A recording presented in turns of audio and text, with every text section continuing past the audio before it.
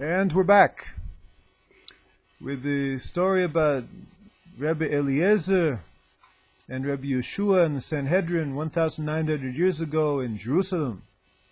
Story from the Talmud, the ancient book of Jewish wisdom.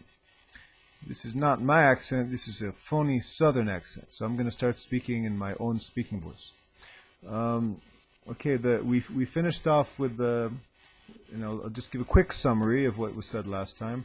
We don't learn the law based on miracles. Lo b'shamayim hi. The Torah is not in heaven. The Torah was given to the great scholars of the generation to decide how to do the law, the great rabbis to teach us how to perform the laws, and based on a tradition, based on years of the way we've been doing it, and also based on certain adaptations to our own generation. This is called modern orthodoxy, or liberal orthodox. So, anyhow,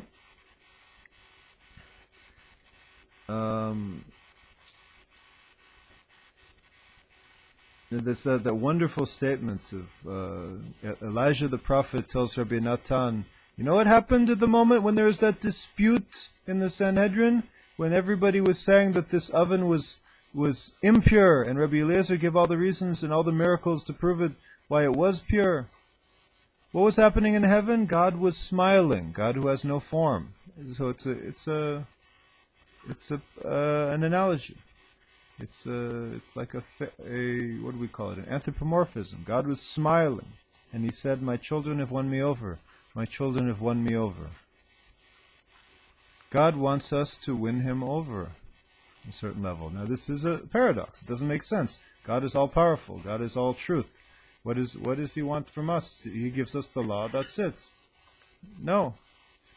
God is not, by and large, revealed in the world. We somehow can connect to God through acting in His ways and performing His mitzvot. But we are given, He is running the world down to the last detail. This is true. However, He does it in a hidden way. We don't see it. We can know it in a large sense, in an intellectual sense, but we don't see God's hand in every little thing, by and large. Halavai, we should. If it only were that we could see God's hand in every little thing, then we'd all be prophets. But most of us, for us regular folks who put on our pant legs one leg at a time, like anyone else, it's not always that way. So, but God wants us to win Him over, meaning He was testing the Sanhedrin. He was saying, Sanhedrin, I'm going to show all of the miracles in the world, and let's see if they actually go like Rabbi Eliezar.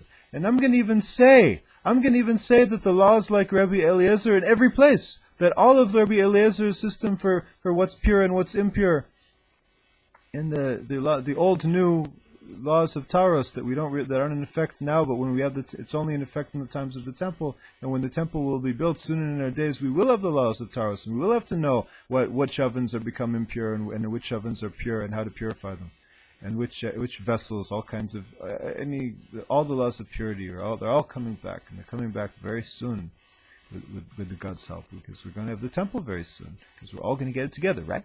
Yeah, you're going to do it? Yep. Okay, good. So even though a heavenly voice was heard in the Sanhedrin saying the law is like Rabbi Eliezar in every place, it was a test. It was not to be listened to, because we know that you go according to the majority. There's a jurisprudence. There's a system of law that has to be abided by. And the other thing that's important to remember is that the scholars are not above the law. They cannot one no matter how great one scholar is, he cannot decide his law on himself. That's called a rebellious elder, Zak and Mamre. So they had to notify Rabbi Eliezar that he had a new status, kind of a more serious than mourning. It was called cherem, or shunning. It's not excommunication. You can't take away somebody's Judaism. It doesn't matter how good or evil somebody is. If he's born a Jew, he's a Jew, and that's it. But there's no defrocking a rabbi. It doesn't happen. But he can be punished, and his punishment was that. Well, I'll read. Let's just simply read and translate the words of his punishment. They said, "Who's going to go and notify Rabbi Eliezar that he is now in a state of cherem?" Rabbi Akiva said, "I'll go, because perhaps if somebody who is not worthy goes, and tells him he might destroy the whole world, meaning Rabbi Eliezar has a tremendous spiritual power. And they were afraid of what would happen because Rabbi Eliezar, we're talking about the days when the gaze of one of the Talmudic masters could burn up the world. To realize about whom we're speaking. We're speaking about people we can barely comprehend. And Baruch Hashem, we have these books that we can comprehend a little bit of their tremendous power. Rabbi Akiva dressed in black, and he got to Rabbi Eliezar's house, and he sat before him on the ground at a distance of 4 cubits, approximately 2 meters. Rabbi Eliezar said to Rabbi Akiva, "Why is today different from any other day that you're sitting and dressed in black and you're sitting 4 cubits away from me?" Rabbi Akiva said, "It seems to me, my master, that your friends have separated themselves from you." Friends in this context means the Torah scholars who are expert in the laws of tithing and the laws of purity, as opposed to the men of the earth, the Amoratzim, who do not know or do not follow basically the laws of tithing or the laws of purity.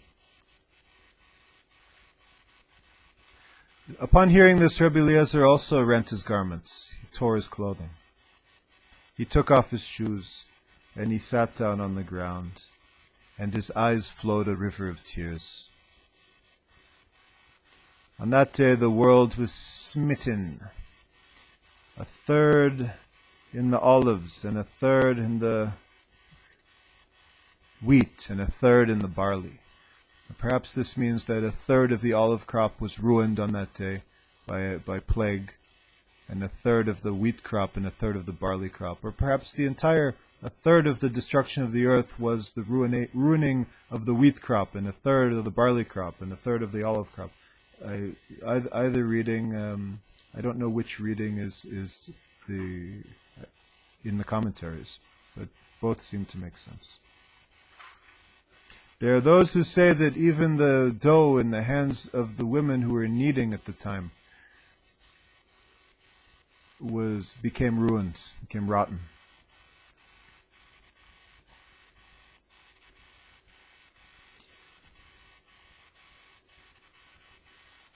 Rabbi Eliezar was so great on that day that every place his eyes laid their rest on burned up in fire.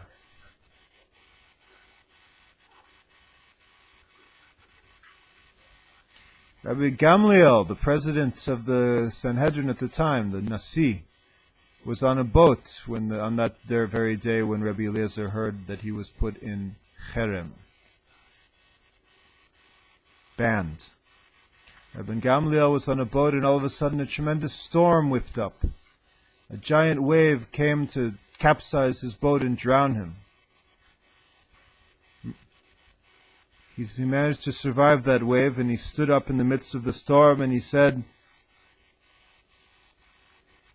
It must be that this storm is only because of Rabbi Eliezar, the son of Horkanus.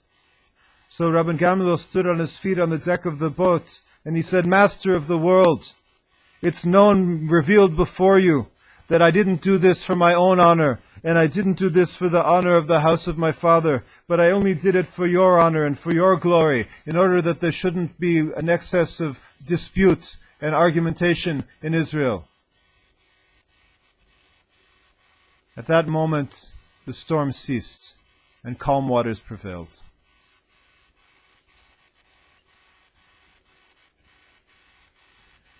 We must take a very important lesson from this. That is that the Torah scholars, no matter how much we may find them difficult and may not enjoy their ruling and maybe hear all kinds of bad things about them, we have to know one thing. A true Torah scholar makes peace in the world. A Torah scholar is not anybody with a black hat and a beard. A Torah scholar is somebody who lives and breathes the law and lives and breathes the love of Israel. And he's doing things that are sometimes difficult in order that there shouldn't be dispute and that there should be one law for one people under one God. Thank you very much, and have a pleasant day.